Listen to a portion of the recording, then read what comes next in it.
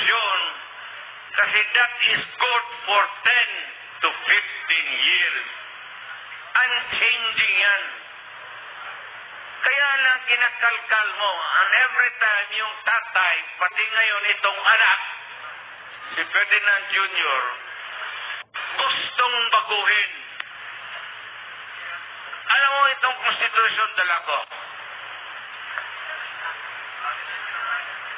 Ang putang inang na itong konstitusyon na ito. Oh, ilang pages yan. Alam mo, gusto nilang pakialaman? Ha? Ang gusto nilang pakialaman. Pero itong linya na ito, this is the only thing that I would like to talk to you tonight. Ito lang yung relevant. Ito yung may connection lang kung bakit nandito tayo. Okay, basahin ko. No law shall be passed abridging the freedom of speech, of expression, or of the press, or the right of the people to peaceably assemble and petition the government for the redress of grievance. Hindi nga talaga ito pinano eh. Whether it is a park, walang reservation yan. You are not the owner of the katang government. Hindi mo ito magpapapalit. Kung sabihin na, ito para lang sa partido namin, hindi sa oposisyon o kalaban, anak ka ng puta. Yun ang pang-revolusyon. Because if you suppress or oppress the people and you do not give them an space to palabasin ninyo init nilang ulo nila, ang masakit ang loob nila. Ay. Kaya nagkakaroon tayo ng kaya ito, importante ito. No law shall be passed abridging, huwag mong pakialaman, huwag mong litsin yan, the freedom of speech. Hindi ka pwedeng mapagilan. Pag sumubra ka, malabel ka. Alam mo, kung dito ngayon, magsalita ako, hindi mo ako tawagin mo ako Duterte. O, ito lang pwede mong sabihin. Ito yung freedom of speech. Sabi ako nito, anong sasabihin mo? Basta may sabihin ako. Hindi mo akong pigilan because that would be censorship. Hindi mo akong pigilan. Ngayon, kung ano man sabihin ko dito na may nasaktan o may masalita ako labag sa batas, sedition, or inciting people to commit sedition, then inanda ako. But nung ka na hindi mo ko, do not allow me to do my speech. None of your fucking business. Gusto mo pagkatapos, kung may nasaktan, di magdemanda kayo. The expression or of the press. Kaya importante yung publication. Hindi mo pwedeng, huwag mong sabihin dyan sa newspaper, ito sabihin mo. At saka yung press, walang lisensya yan. Yan ang negosyo. Mag-printing press ka na, hindi ka kailangan humingi ng permit kahit kanino man. Ganon kahalaga itong konstitusyon na ito. Huwag ninyo itong bitawan. Magkalit-salit siya na ang buhay. Sabihin ninyo, kung hindi tayo pwedeng mag-intindihan dito, patayan. Wala tayong problema. Noon talaga ang buhay. Ito yan. Ngayon, I'd like to move on to something else. Maliit lang itong istorya ko. Pero itong constitution, huwag mo talagang gawin. Perfect itong constitution natin. May isang page lang sila. This is Article 7 of the Section 4 of the Constitution. Isang sentence lang yan. Isang phrase lang nga ang gusto nilang tanggalin. The President and the Vice President shall be elected by direct vote of the people for a term of 6 years. Only yan. Which shall begin at noon on the 30th day of June next following the day of the election, and shall end at noon of the same day 6 years thereafter. The President shall not be the President shall not be eligible for any re-election. Kaya dito si Marcos, hindi na talaga siya pwede. Kaya gusto niyang baguhin ang konstitusyon. Ito lang po tanginang sentence na to. Para lang makatakbo uli. Kaya kasi dito, eligible, the President shall not be, di pwede, be eligible for any election. Person who has succeeded as President and served as such for more than 4 years shall be qualified for election of the same office at any time. Ayaw ko man sabihin, masama ang leaves a bad taste in the mouth. Pero kaya ni Inday, kung mag-succeed siya at for 4 years siya ang maging presidente, hindi na rin siya pwedeng basta ito, napalagay dito. So yan ang problema. Ambisyon. Wala akong problema sana kung walang prohibisyon. Pero kung tanggalin mo ang provision at palitan mo ng bagong konstitusyon, ay putang ina naman. Maawa ka naman sa Pilipino. Ginagawa, every president has done it except me. Yung dumaan ng presidente, gusto talaga kalkalin yung konstitusyon. Gustong baguhin para eligible for another election or re-election. At sino ba naisabi sa iyo magandang lalaki ka na enjoy ang mga taong bayan manood sa iyo for 12 years? Gusto ng tao 6 years lang. Tama yan. Ako for 6 years bumaba ako. Ngayon, kung gano'n lang pala ang ginagawa ng lahat, putang ina, sana ako na ang gumawa noon.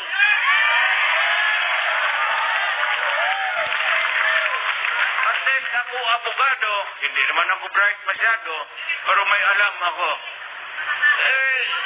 Ito, second year, walang... He is entitled to it as a Filipino. Yung ano lang binigay ng konstitusyon na karapatan niya.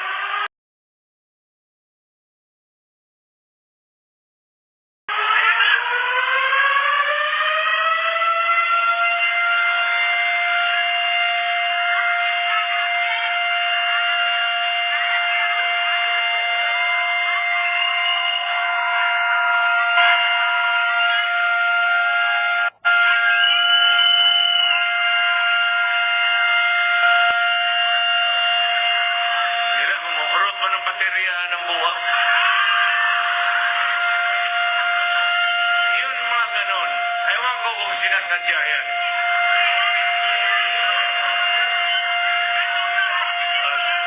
May Corbio.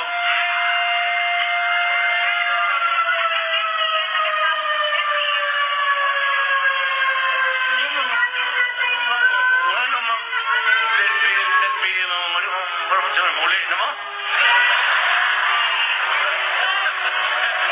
Pulis na hoy buwang. Undang niya. Wala na akong buwasa na ita.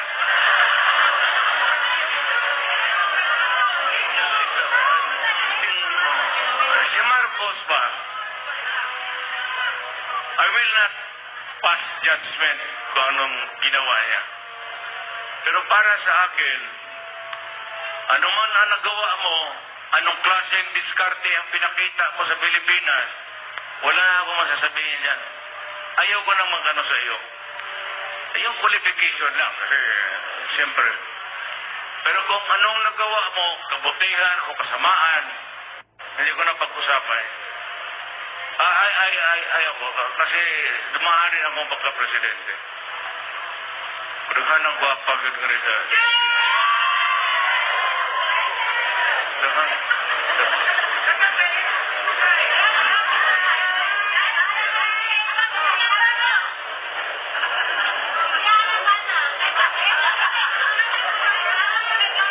Una-una naman kung patyo na ba asawa eligible na. Ang kada ako kay duha na. Duha mo akong kurburon.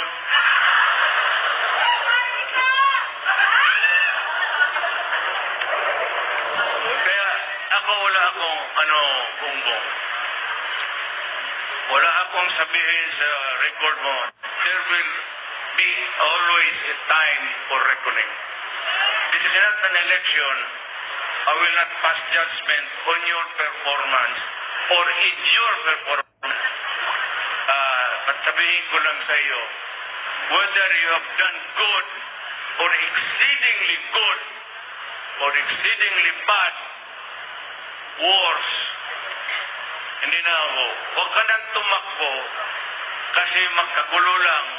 Huwag mo nang galawin ang konstitusyon kasi magkagulo talaga tayo. Do not ever believe na ikaw yung exception. Eh di sana kung ganon, ginawa ko na nga. Bakit ako maghintay sa iyo? Isang daan lang tayo, Bongbong. Hayaan mo na lang, ayusin mo na lang ang bayan. Baldog, baluktot. Putang inang... Hayaan mo na. Umalis ka na dyan. Tapos mamili tayo ng tagad, Western, Visayas, Ilonggo na naman, Baulintek nga. Sinong di me pwede? Baukosa na may Ilonggo, kita. Pero ako pa kitsa. Could be Waray, it could be Ilonggo, or basta Pilipino. At may eleksyon. Wala akong, it could be a Yakan, it could be Moro. Bahala na, basta gusto ng Pilipino. Alam mo, dito malakas ang NPA. Alam mo bakit? Because of the conflict sa lupa. Ayun yung nasaan yung... hindi naman ako ng ano. Pero sa totoo man, yung may hindi nila ako, magkaibigan ko kasi. Pero kayong may mga asyenda, tubuhan, kagaya ng Central Luzon, mga kuwang ko, pati ito dito, meron talagang insurgency problem. Meron talaga tayong problema.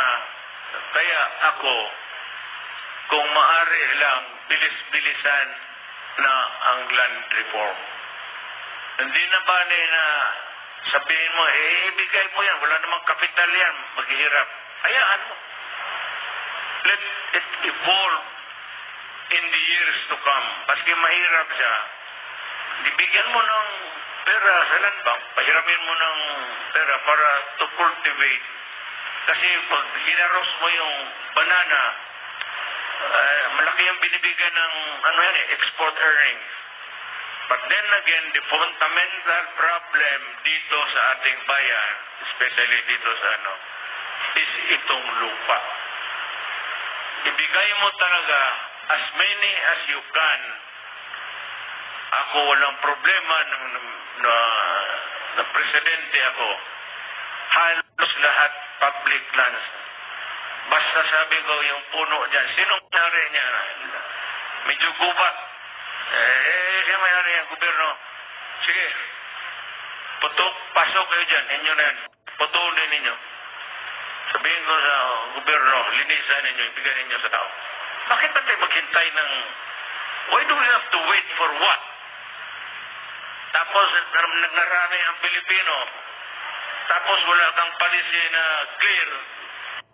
Kung ano ba itong mga lupa na ito, let it rot. Paano yun ito? Bigay mo na para mapakinabangan at makatulong sa pagkain, kasi pagkain lang. Yun ang kunting kaligayahan. So, Bongbong Marcos, huwag kang, ako, advice, hindi naman kita iniinsulto, pero yung para sa akin, yung performance mo is, or was until now, and still is, a dismal failure. Puro ka English. Lumaki kasi sa Amerika, so maganda yung English mo kaysa akin. Well, even if I talk in English, there are a lot of things that I have to do. I can also talk in a way that they do, but bakit ako magpa-hipokrito? Bisaya man ako. So, wag kayong pumasok sa tsatsya at huwag kayong pumayag. Kasi pag ginalaw yan, wala nang katapusan because they will open the Constitution. Ayan yung Constitution, Republic of the Philippines, 1987 Constitution of the Republic of the Philippines, Preamble. We, the sovereign Filipino people, imploring the aid of Almighty God in order to build a just and humane society and establish a government that shall embody our ideals and aspirations, promote the common good, conserve and develop our patrimony para lang sa atin. Huwag yung bigay mo siya, and to secure to ourselves and our posterity sa mga anak natin for future generation the blessings of independence and democracy under the rule of law and a regime of truth, justice, freedom, love, equality, and peace to ordain and promulgate this Constitution. Itong Bill of Rights, alam mo ang sunod yan, sunod na chapter, President, Congress, sunod na chapter niyan, Presidente, sunod ang Korte. Ang Bill of Rights, parang wall yan, na hindi itong Presidente, Congress, o Supreme Court kailangan sumunod ng Konstitusyon. Ito yan, it is the barrier, it is the protection of the people. Yan ang barrier. Kaya hindi mo basta-basta kaya, well, maliit man itong lugar na okay lang. Sino yung monumento niyan?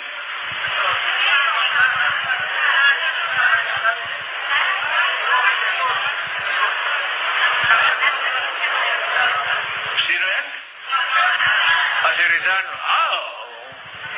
Yung idol ko yan. Ako pwede magpakamatay. Yan talaga. Alam mo, mahirap na isang tao, baski ako. Ayun ko kung kaya ako.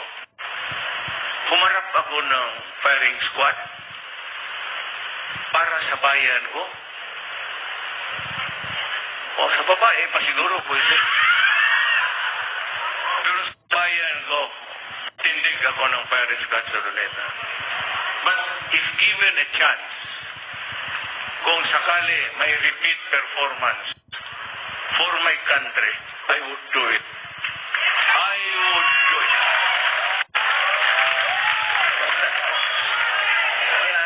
Lahat ng gusto ko, nakuha ko na. Lahat ng magagandang nakuha ko na. Wala na, matanda na ako. So, pagka ako hinabot ng gano'n, anak na puta. Fuck you. Tira. Yung Freedom Park ninyo. Public place. malinis man yan. At may mga truck ngayon, may mga barriers. I asked, what's the sense? Ano ang makuha mo? Anong makuha ninyo na ginawa ninyo ngayon? Pag makita ko sa ibang lugar o baski ngayon, sipain ko kayo. Ay putang ina. Sampal ang maabot mo sa akin. Total ba tayo? Kung magkasagutan tayo, parilin kita putang ina. Karami kong binaril na sos. DDL, kidnapper, hold-upper, droga. Sinabi ko nung na mayor ako, umalis kayo kasi patayin ko kayong lahat. Ang mga putang ina, hindi na nabuwala, di patay lahat. Kaya dimandado ako sa International Court of Justice. Sabi ko dyan sa mga puti, hoy mga ungoy, wala akong pakialam sa inyo. Kulungin man ninyo ako kung ano, gawain ko, everything, lahat gawain ko para sa bayan ko. Parang kumakago-kago na yung mga, magsirko-sirko na yung mga tao dyan, tumbling-tumbling na, yung mga anak namin naging bangag na. Putang ina, nasaan kayo? Nasaan kayo yung panahon na kailangan namin ng tulong? Mayawa kayo. Tawag, pupunta kayo dito. Prisuhon, guni mo. Tangina, tantangan ta kag-itlog. Bastos niya ginagawa na niya. Bastosin ko kayo. Huwag kayong magpa-alipin ng puti. Bakit sila papunta dito tapos maghusga? Tangina. Anong nagawa nila sa akin? Sa atin? Wala! Pumunta sila dito, hinataw nila lahat. Europeans, Spaniards, Americans. Anong ginawa nila?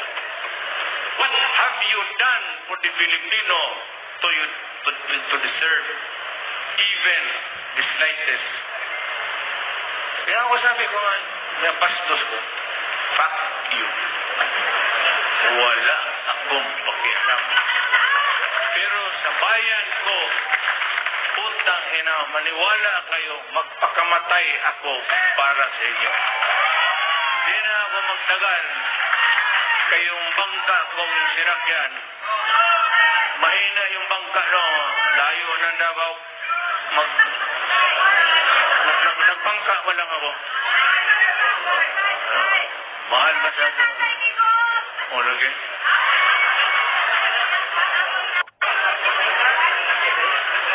Sige, yung iba na magpaganda, tapok dito sa dalhin ko sa Davao. Katayin ko kayo sa pag-ibig. Okay. Ngayong gabi, salamat.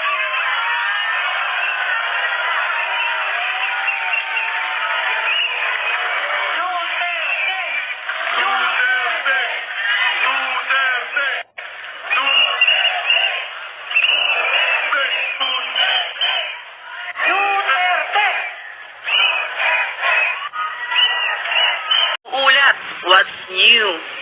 Sa hindi pa nakapag-subscribe, follow, and share, huwag niyong kalimutan na tangkilikin upang patuloy na